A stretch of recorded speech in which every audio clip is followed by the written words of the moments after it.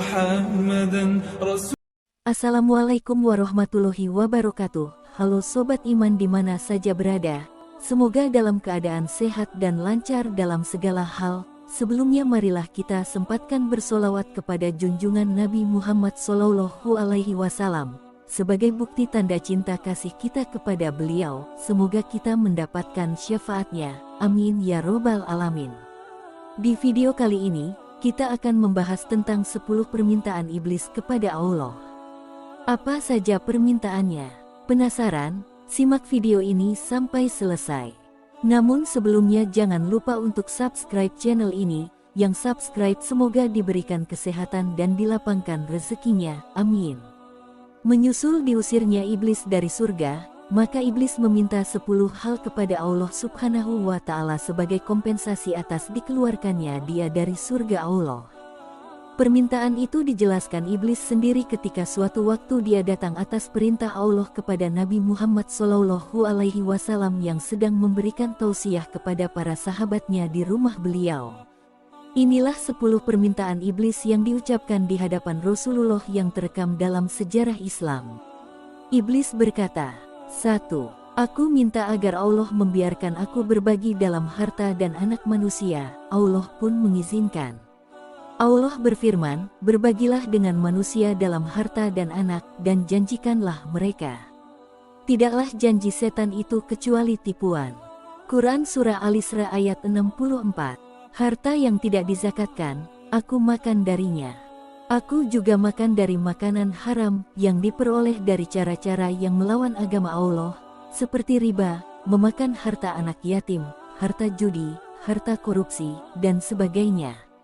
Aku juga makan dari makanan yang tidak dimakan tanpa menyebut nama Allah sebelumnya. 2. Aku minta agar Allah membiarkan aku ikut bersama dengan orang yang berhubungan intim dengan istrinya tanpa berlindung dengan Allah. Saat itu anak-anakku, setan ikut bersama, bercinta dengan mereka dan anak yang dilahirkan oleh istrinya nanti, akan sangat patuh kepadaku dan anak-anakku. 3. Aku minta agar boleh ikut bersama dengan orang yang menaiki kendaraan bukan untuk tujuan yang halal, seperti pergi ke tempat-tempat maksiat. 4. Aku minta agar Allah menjadikan kamar mandi dan toilet sebagai rumahku. 5. Aku minta agar Allah menjadikan pasar, mal sebagai masjidku.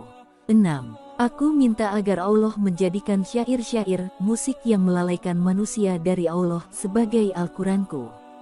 7. Aku minta agar Allah menjadikan pemabuk sebagai teman tidurku. 8. Aku minta agar Allah memberikanku saudara, maka dia jadikan semua manusia yang membelanjakan hartanya untuk maksiat sebagai saudaraku. Allah Subhanahu wa Ta'ala berfirman, orang-orang boros adalah saudara-saudara setan. Quran Surah Al-Isra ayat 27. 9. Wahai Muhammad, aku minta agar Allah membuatku bisa melihat manusia sementara mereka tidak bisa melihatku. 10. Aku minta agar Allah memberiku kemampuan untuk bergerak dalam aliran darah manusia. Sedikit informasi, iblis dahulunya merupakan pemimpin dari para malaikat yang tinggal di langit. Dia beribadah kepada Allah Subhanahu wa Ta'ala selama ratusan ribu tahun hingga diberi karunia olehnya berupa wajah yang sangat tampan dan berpenampilan fisik sangat indah. Dalam suatu riwayat menyebutkan, karena begitu taatnya iblis saat itu kepada Allah, sampai-sampai dia memiliki 600 sayap yang menyamai jumlah sayap yang dimiliki pemimpin para malaikat, yakni malaikat Jibril. Kejatuhan iblis dimulai saat Allah Subhanahu wa Ta'ala menciptakan Nabi Adam alaihi salam sebagai khalifah di planet bumi. Iblis pun dengki dan bersaksi di hadapan Allah Subhanahu wa Ta'ala bahwa dia lebih mulia dari Adam alaihi salam karena dia diciptakan dari api. Dia merasa dengki kepada Adam alaihi salam yang telah menikmati karunia besar berupa penghormatan dari Allah dan para malaikat sejak pertama kali dirinya diciptakan. Sementara iblis harus bekerja keras dengan beribadah selama ratusan ribu tahun untuk mencapai posisinya yang sekarang. Iblis pun mengingkarinya. Sejak saat itu iblis menjadi musuh utama yang sebenar-benarnya bagi anak cucu Adam umat manusia hingga hari kiamat nanti. Demikianlah 10 permintaan iblis kepada Allah. Semoga kita dilindungi dari godaan dan tipu dayanya, hingga akhirnya kita semua masuk ke surganya Allah. Amin. Bagaimana tanggapan kalian sobat? Semoga video kali ini bermanfaat dan jangan lupa di-share, agar menjadi amal jariah untuk kita semua.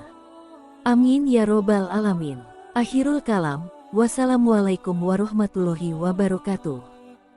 سبيل الدموع سبيل مريح تنهدى يا صاحي